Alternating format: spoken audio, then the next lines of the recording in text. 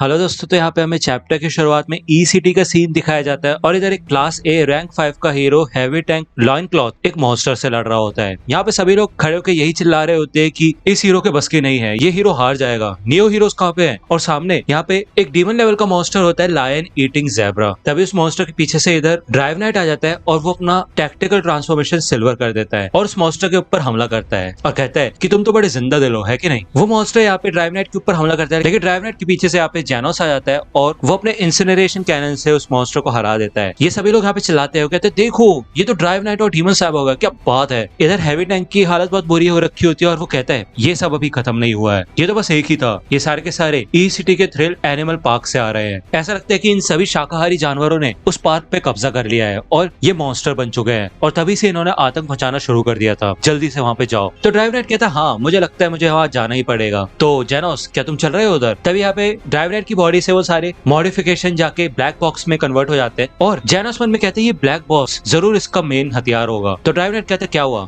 जानना चाहते हो? अब तुम ऐसा पूछ ही रहे हो तो मैं तुम्हें इसके बारे में बता ही दूंगा, मेरे ब्लैक वेपन के बारे में। तो यहाँ पे ड्राइव नाइट फिर से ट्रांसफॉर्म होकर नाइट बन जाता है और ये दोनों यहाँ पे ई सिटी के थ्रिल एनिमल पार्क में आ जाते हैं। सामने इधर एक वुल्फ लेवल का मॉन्स्टर होता है, ह्यूमन ईटिंग डियर, और ड्राइव नाइट उसके पीछे जाता है और उसके पास आती है वो अपनी ट्रांसफॉर्मेशन सिल्वर में कर लेता है, जिससे उसके हाथ में ब्लेड्स आ जाती है और वो उस मॉन्स्टर को काट के रख देता है। तो जेनस कहते हैं इसका मतलब तुम अपने फाइटिंग स्टाइल सामने वाले दुश्मन को देख के चेंज कर सकते हो। तो ड्राइव नाइट कहता है हाँ बिल्कुल सही कहा, अभी जिस फॉर्म में मैं हूँ उसे कहते हैं पॉन। जब मेरे हाथ में ब्लेड्स आ जाती है तो उसे सिल्वर कहते हैं और ये काटने के काफी अच्छे काम आती है। घोड़े वाली फॉर्म को नाइट कहा जाता है, जिससे कि मैं किसी भी डायरेक्शन में भाग सकता हूँ। तभी यहाँ पे सामने 3 वुल्फ लेवल के मॉन्स्टर आ जाते हैं और उनके अलावा 3 डीमन लेवल के मॉन्स्टर आ जाते हैं। ड्राइव नाइट बताते हैं कि मेरी सारी की सारी टैक्टिकल ट्रांसफॉर्मेशन किसी न किसी पर्पस के लिए होती है। जैसे कि लांस है वो स्पीड के लिए है, वही दूसरी और बिशप पावर के लिए है, और गोल्ड वाला ट्रांसफॉर्मेशन हीट के लिए है। वही दूसरी और रुक की बात करे तो वो हवा में उड़ के अटैक करने के लिए है। इधर ड्राइव नाइट ये बताते बताते सारे मॉन्स्टर्स को मार देता है और जेनोस मन में कहता है कितना ताकतवर है ये, मॉडिफिकेशन सच में कमाल की है। एक साइबॉर्ग जो कि एडजस्ट हो सकता है और बाहरी कंपोनेंट्स को चेंज करके कमाल का बन सकता है, ये बिल्कुल मेरी तरह है, इसने भी अपनी इंसानियत छोड़ दी है। तो यहाँ पे ड्राइव नाइट को हाई एनर्जी सिग्नल सेंस होता है और वो कहता है लगता है इनको बॉस बाहर आ गया। और यहाँ पे एक ड्रैगन लेवल का मॉन्स्टर एपेक्स रैबिट होता है और ड्राइव नाइट कहता है तो क्यों ना हम टीम बना के इससे लड़े, क्यों जेनोस? तो जेनोस कहता है ठीक है मैं इसका ध्यान बटाऊंगा और तुम इसकी कमजोरी ढूंढना। ये दोनों इसे हरा देते हैं और ड्राइव नाइट कहता है जेनोस मैं तो चौंक ही गया तुम मेरे साथ आए। तो जेनोस कहता है ड्राइव नाइट तुम्हें क्या पता है असलियत में मेटल नाइट के बारे में? तुमने बहुत पहले मुझसे कहा था कि वो मेरा दुश्मन है। तो ड्राइव नाइट कहता है हाँ मुझे नहीं लगता कि तुम्हें मेरी बात माननी चाहिए, लेकिन वो मैंने जानबूझ के कहा था जिससे कि तुम मेटल नाइट से बच के रहो। वो आदमी बहुत खतरनाक है और मिलिट्री टेक्नोलॉजी को चुरा लेता है। तुम्हारे incineration cannon, reinforced muscle fibres, साथ ही साथ आर्टिफिशियल नर्व्स और तुम्हारा एनर्जी कोर, ये सभी बहुत कीमती है। मुझे लग रहा था कि अगर ये सारी चीजें मेटल नाइट को मिल गई तो बहुत बुरा होगा। तो अगर आप वन पंच मैन से जुड़ी मर्चेंडाइज खरीदना चाहते हैं तो उसके लिंक आपको डिस्क्रिप्शन में मिल जाएगी, आप वहां से जाके परचेज कर सकते हैं। तो जेनोस कहता है ऐसा लगता है कि तुम बहुत चौकन्ना रहते हो, लेकिन वो है कौन? कौन है बफॉय? वो मैड साइंटिस्ट जो कि class S hero metal night को कंट्रोल करता है। तो ड्राइव नाइट बताता है सीधे शब्दों में कहूँ तो वो बुरा है, उसने हीरो बन के ये अच्छाई का नकाब पहन रखा है, इसी वजह से उसने हीरो एसोसिएशन को ज्वाइन किया। लेकिन हाल ही में तुम्हें पता है हीरो एसोसिएशन का डिफेंस सिस्टम हाईजैक हो चुका था, या फिर हम कह सकते हैं कि वो सारा का सारा सिस्टम मेटल नाइट के कंट्रोल में आ गया। वो एक साइंटिस्ट है और साथ ही साथ एक मैकेनिक है और काफी टैलेंटेड भी, बस उसके अंदर अकल नहीं है। वो कोई भी डिसीजन एक रोबोट की तरह ही लेता है और उसका दिल एक मशीन की तरह बन चुका है। क्या तुम्हें पता है हीरो एसोसिएशन के बेसमेंट में एक मॉन्स्टर फैसिलिटी है? तो जेनोस कहता है हाँ। तो ड्राइव नाइट बताता है कि असलियत में तो वो एक पर्सनैलिटी करेक्शन फैसिलिटी है, जहाँ पे वो रिसर्च करके मॉन्स्टर को सुधारने की कोशिश करते हैं जिससे कि वो उनकी बात माने। लेकिन असलियत में इन मॉन्स्टर्स का ब्रेन वॉश कर दिया गया है। फैसिलिटी का असली मकसद ये है कि वो इन जैसे और भी बनाए और अंत में उन्हें सोल्जर्स बना दे। ये लोग अपने बायो वेपन्स बना रहे हैं और ये बायो वेपन सिर्फ डॉक्टर बुफॉय की बात मानते हैं। जेनोस कहता है कि हाँ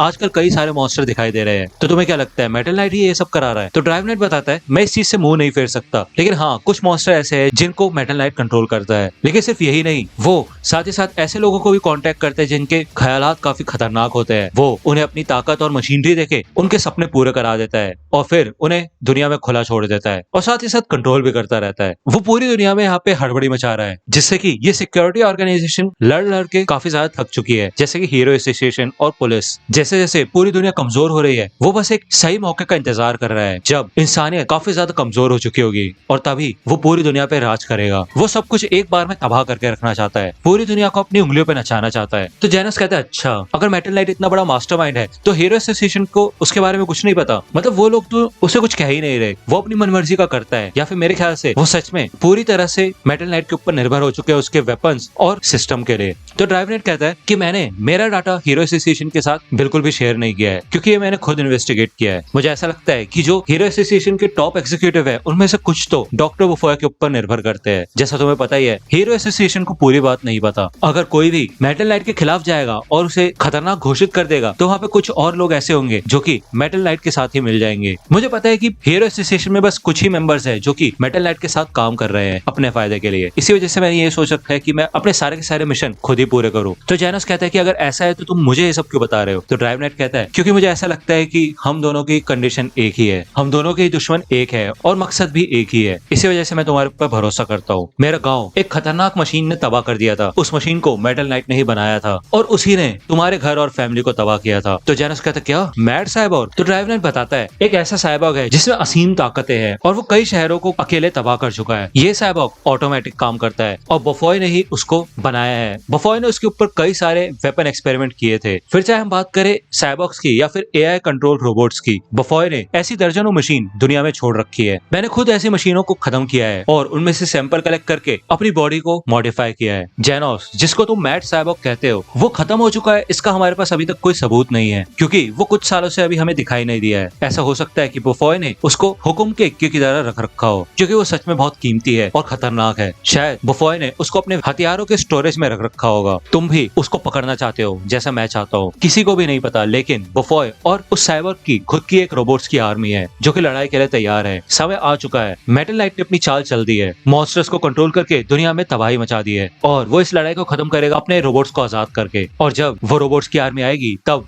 वो साइबॉर्ग भी जरूर आएगा। तो उससे पहले मैं चाहता हूँ कि हम अपनी तरफ से उसके ऊपर अटैक करें। तो क्या जेनोस, तुम मेरे साथ चलोगे? तो दोस्तों आज की वीडियो के लिए सिर्फ इतना ही। आई होप कि आपको ये वीडियो पसंद आई होगी। अगर आपको ये वीडियो पसंद आई हो तो प्लीज लाइक कीजिए, अपने दोस्तों के साथ शेयर कीजिए और मेरे चैनल को सब्सक्राइब करना मत भूलिएगा। और अगर आप मुझे कांटेक्ट करना चाहते हैं तो आप मुझे इंस्टाग्राम पे कांटेक्ट कर सकते हैं, मेरे पेज की लिंक आपको डिस्क्रिप्शन में मिल जाएगी। मिलता हूँ आपसे अगले वीडियो में, तब तक के लिए गुड बाय।